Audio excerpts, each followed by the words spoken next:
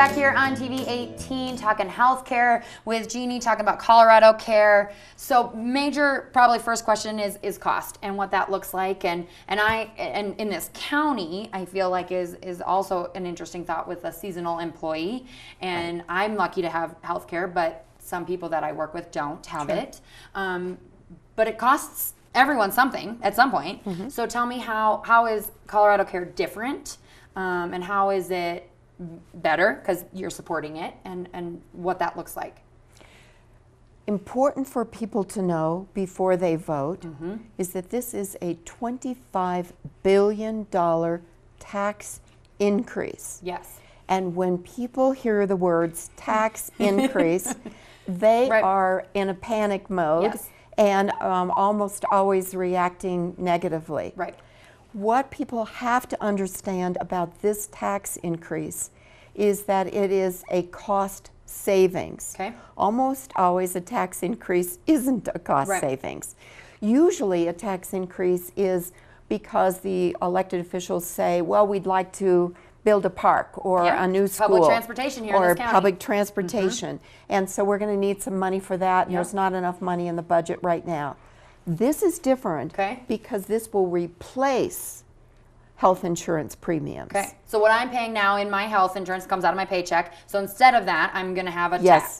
Yes. So it's just a different way of paying for the same thing, except that you're going to pay less and get better coverage.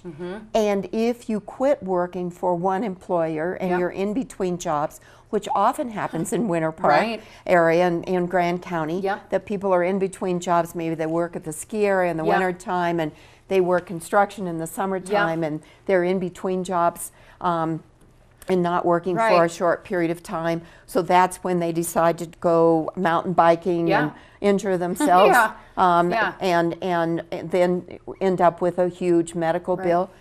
That's why this is different. This is not tied to your employment. So it levels the playing field no matter what profession I'm in. And whether you're working at the moment or not. It's lifetime coverage. And right now we're paying $30 billion. So I'm comfortable saying that I'm going to save people $5 billion because now we're going to be paying $25 billion instead of $30 billion.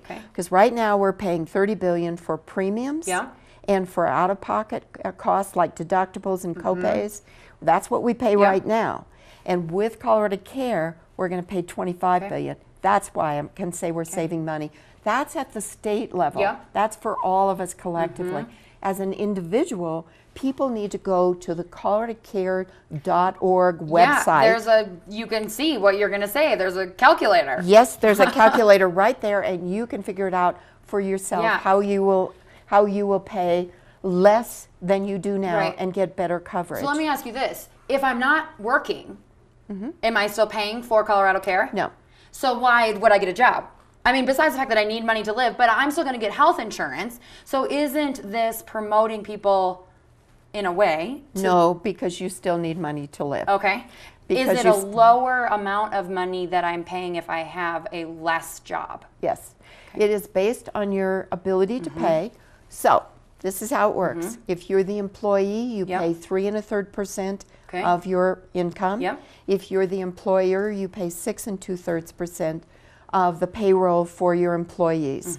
That adds up to 10%. If you are self-employed, you pay something less than 10% depending on the tax bracket that you're in, and something less depending on any exemptions that apply.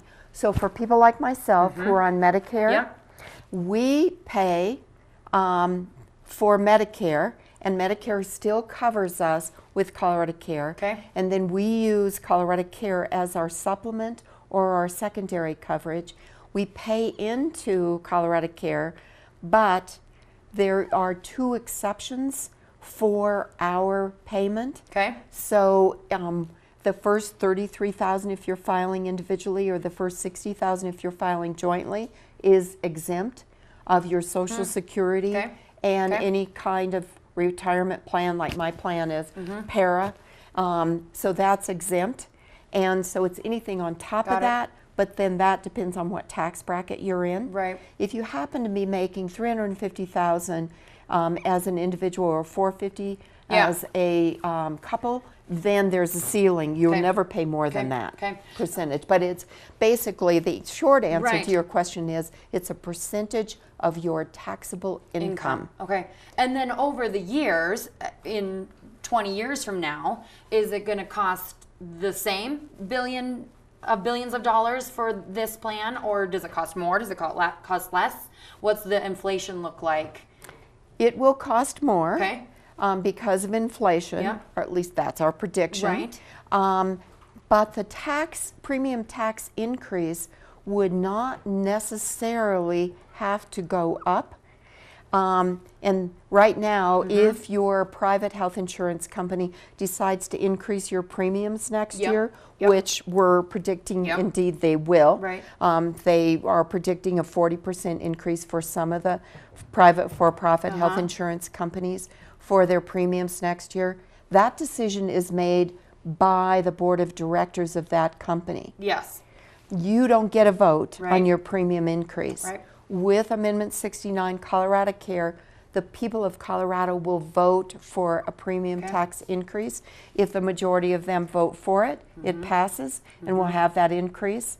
If the majority of the people say we don't want a tax increase, it won't go up. So, but if people continually vote no, is the program going to not be funded properly? That is possible.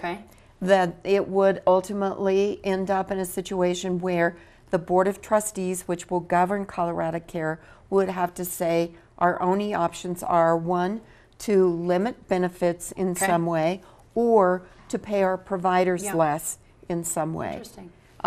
But there are certain benefits that are locked into the Constitution.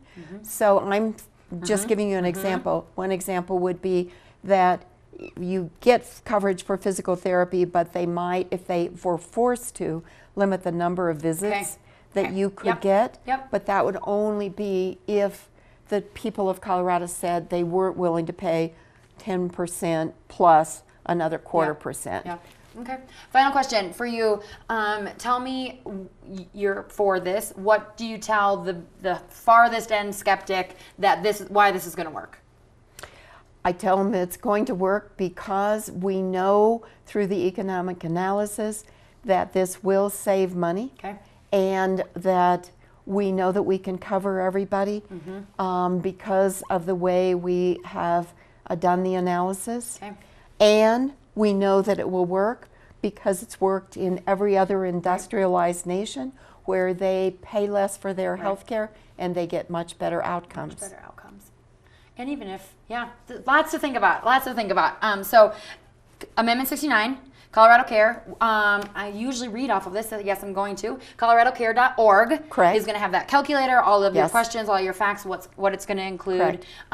If it passes, immediate implementation, how long does it take to implement this? We predict that it will take 2 years to implement Colorado Care because they have to build a major infrastructure in order to have a system for paying for health care. So if this passes in the fall, then by January of 2019, we think we could get this fully implemented. And at that point, then people can shift by choice into it. They will automatically get covered with this, but they could drop their other coverage if they chose not to keep both. So lots to think about.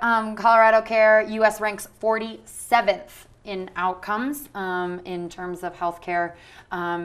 So check this out, read about it. Be informed because people are going to vote on it, and if you're voting in November, which you should, this is going to be an option. So go out, get voted, get educated about what you're voting for. Thanks for joining us, Jeanne, former welcome. Colorado Senator. Jeanne Nicholson here talking about Colorado Care Amendment 69. coloradocare.org. Very interesting stuff to learn about. So check it out. We're here on TV 18 and we'll be back. We're going to head out to Moffett Brewery, going to go drink some beer. So check them out. Come join us when you're watching here on TV 18. Thanks.